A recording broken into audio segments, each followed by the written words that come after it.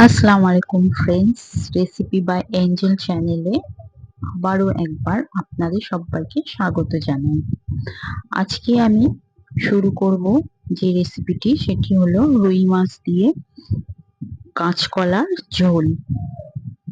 এই গরমের দিনে কিভাবে একদম সিম্পল কাঁচকলা দিয়ে মাছের ঝোল বানাতে হয়, তো চলুন দেখা যাক। আমি সবার প্রথমে নিয়ে নিয়েছি সর্ষের তেল 3 টেবিল চামচ পরিমাণ। তেলটাকে ভালো করে গরম করে নিয়েছি। নিয়ে আমি একে একে মাছগুলোকে ভেজে নেব।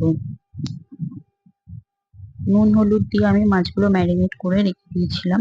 এবার মাছগুলোকে আমি কড়া করে লাল লাল করে ভেজে নেব।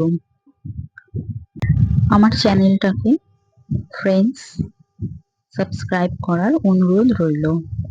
তো আমার মাছগুলো ভাজা হয়ে গিয়েছে। আমি ওই তেলের মধ্যে আমি দুটো স্লাইস করে কেটে রাখা আলু গুলোকে ভেজে নিচ্ছি।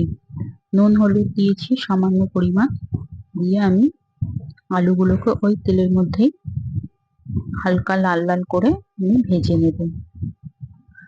এই ভিডিওটাকে আপনারা স্কিপ করে দেখবেন না, না হলে কিন্তু রেসিপিটা একদমই বুঝতে পারবেন না আর রান্নাটা অন্যরকম হয়ে যাবে।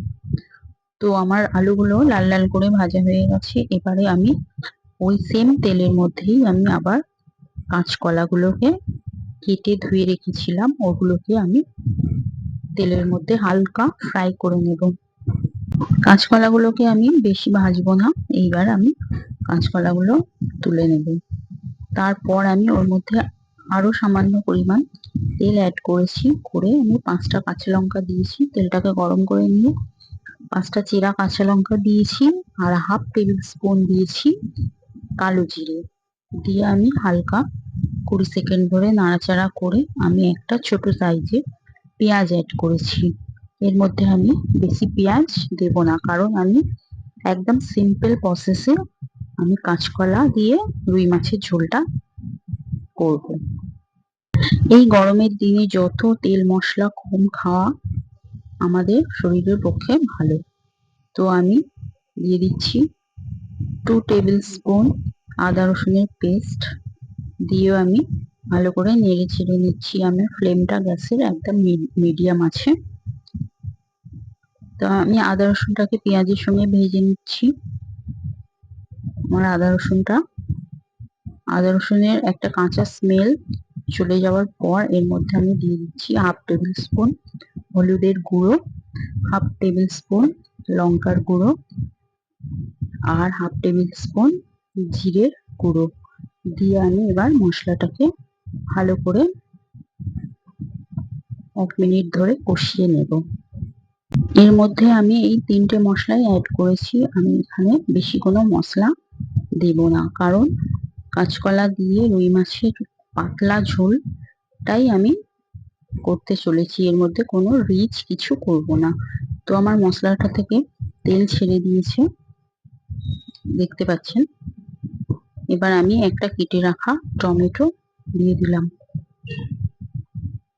এবার টমেটোর মধ্যে আমি সামান্য পরিমাণ নুন দিলাম, যাতে টমেটোটা তাড়াতাড়ি গলতে সাহায্য করে। তো আমি মশলার সঙ্গে টমেটোটাকে ভালো করে মিক্সড করে নিচ্ছি। এবার আমি একটু ঢাকনা চাপা দিয়ে টমেটোটাকে গলতে দেব। তো টমেটো গুলো অনেকটাই সফট হয়ে গিয়েছে, দেখতে পাচ্ছি ফ্রেন্ডস। আমার ভিডিওটা লাইক করবেন অবশ্য, যদি ভালো লাগে তো লাইকটা করবেন। আর আগামী দিন কিরকম রেসিপি দেখতে চান অবশ্য কমেন্টে জানাবেন। তো আমি ভেজে রাখা কলা আর আলুটাকে মশলার সঙ্গে দিয়ে এবার ভালো করে 2 থেকে 3 মিনিট ধরে একটু কষিয়ে নেব, যাতে মশলাগুলো আলু আর কলার মধ্যে মিক্সড হয়ে যায়। তো আমার কষানো হয়ে গেছে। এবার আমি দিয়ে দিলাম বড় সাইজের 1 গ্লাস পানি। বড় গ্লাসের 1 গ্লাস পানি দিয়ে দিলাম, দিয়ে সামান্য নুন দিলাম। এবার আমি একটু তরকারিটাকে ফুটতে দিয়েছি।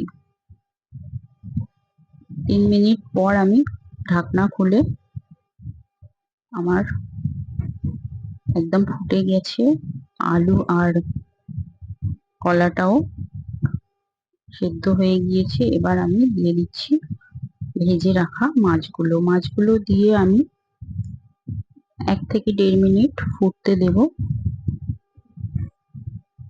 সবার শেষে এর মধ্যে আমি ধনেপাতা কুচি দিয়ে দিলাম। আপনাদের কাছে না থাকলে স্কিপ করতে পারেন, কিন্তু দিলে ভালো হয়। তো আমার কমপ্লিট হয়ে গেছে, একদম রেডি কাঁচকলা দিয়ে রুই মাছের ঝোল। এইভাবে একবার এই গরমের দিনে গরম ভাতের সঙ্গে খেয়ে দেখবেন ফ্রেন্ডস, আশা করি ভালো লাগবে আর একদম ক্ষতিও হবে না। তো আজকের মতন টাটা, দেখা হবে অন্য